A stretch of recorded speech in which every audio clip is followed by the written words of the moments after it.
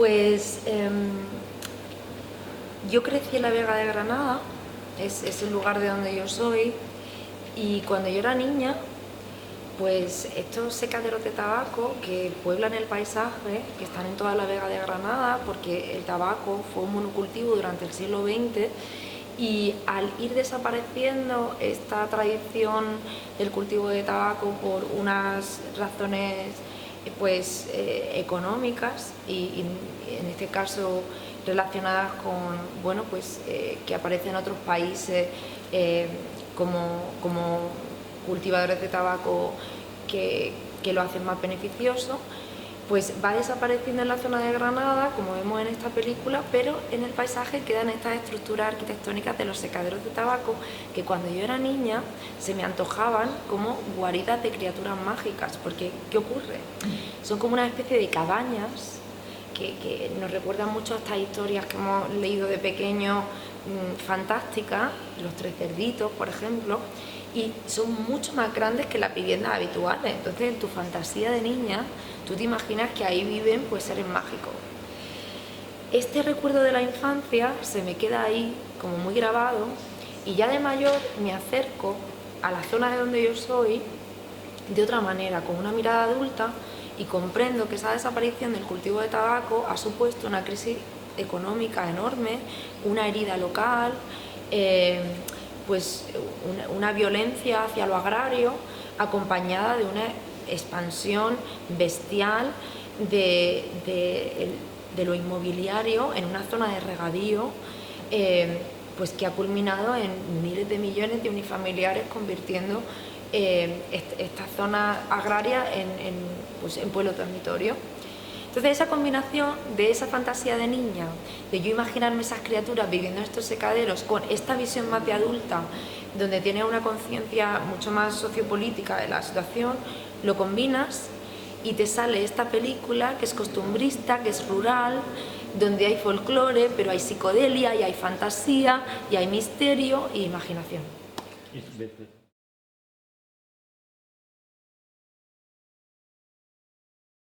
Hemos trabajado con actores no profesionales,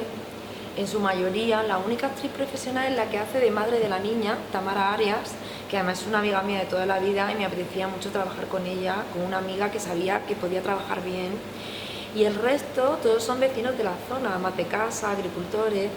y para mí ha sido un privilegio poder hacer una película con el acento de mi tierra, ¿no? Que tú veas en el contexto de un festival como San Sebastián, en la gran pantalla, a gente que cecea, pero no en un contexto cómico, sino en un contexto empoderante, siendo ellos los protagonistas, poniendo el foco en ellos y bueno, viendo un cine más diverso, en este caso, en los acentos.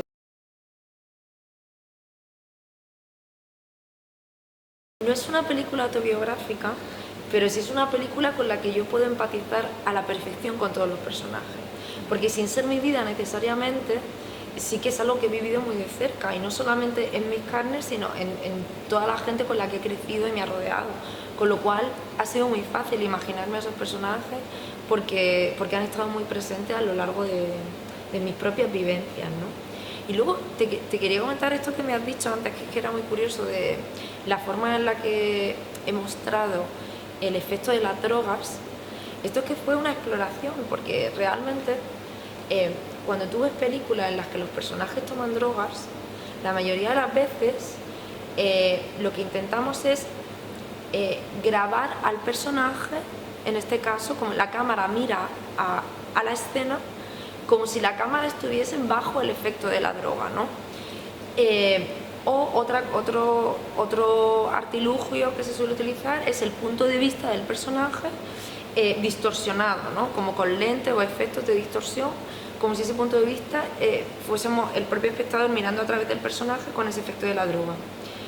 Y yo lo que quería hacer era meterme dentro del cerebro y ver qué es lo que realmente tú sientes cuando estás en un viaje psicodélico, ¿no? Entrar dentro de ese pensamiento, y las drogas psicodélicas lo que te dan es un momento de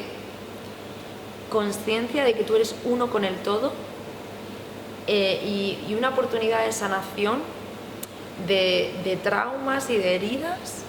desde el amor, porque tú en ese momento comprendes que tú eres uno con el universo. Y entonces, en ese sentido, pues invitaba mucho a trabajar desde el cine más experimental y más abstracto, ¿no? Y ahí es donde he tenido yo un espacio para poder utilizar el analógico, en este caso el Super 8. Bueno, es que la película es muy anacrónica. Juega mucho, es una película que es contemporánea, o sea, tienen teléfonos móviles, pero juega mucho al anacronismo, ¿no? Porque en los pueblos ocurre un poco eso, que el tiempo se detiene, y podría ser ahora o podría ser los años 90, y en la música también hemos incorporado música más tradicional, coplas, que también nos llevan a otros tiempos. Al final es una película muy generacional, donde vemos a los abuelos, a los adolescentes, a los niños, y también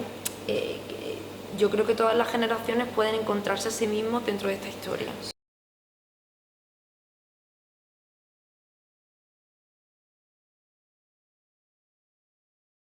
Pues mira, a día de hoy en España levantar una ópera prima se tardan de 5 a 7 años, y eso es lo que yo he tardado, así que creo que he tardado el tiempo habitual que se tarda en financiar una ópera prima. Realmente, tal y como está establecido ahora mismo el sistema y la industria,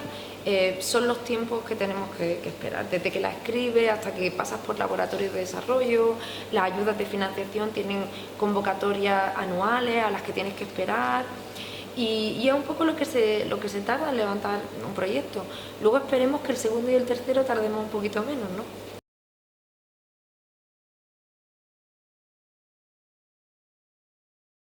Estrenamos en el Festival de San Sebastián, en la sección de nuevos directores, lo cual fue un regalazo, porque imagínate, pues qué mejor sitio que estrenar en San Sebastián. Y luego a nivel internacional hemos estrenado en South by Southwest, que es el segundo festival más importante de Estados Unidos, y nos llevamos el premio de la audiencia. Bueno, y en San Sebastián también salimos premiados con el premio Dunia Ayaso a la mirada de género.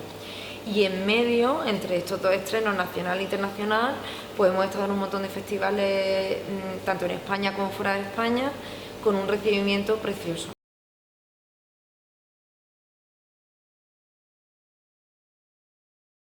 Te cuento, pues mira, La Ola es una organización de promoción y difusión del cine de vanguardia español.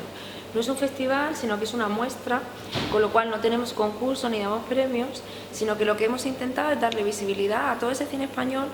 que no conseguía distribución, pero que sin embargo llegaba a los grandes festivales, como por ejemplo Locarno, Berlinale, Rotterdam, y no conseguían cruzar el charco. Entonces nosotros desde esta organización, a través de una muestra de cine anual y a través de una serie de eventos y de proyecciones especiales que tenemos con otra regularidad, pues mensual o trimestral, llevamos 8 años dándole visibilidad a este cine por el cual creemos y apostamos.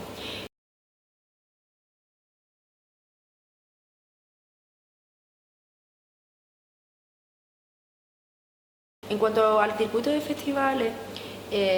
pues es cierto que han surgido una serie de festivales fantasmas que yo creo que se dedican sobre todo a aprovecharse de cineastas jóvenes que no conocen bien la industria y que los montan como negocio para poder cobrar unas fees a la hora de enviar tu película, y que después no les dan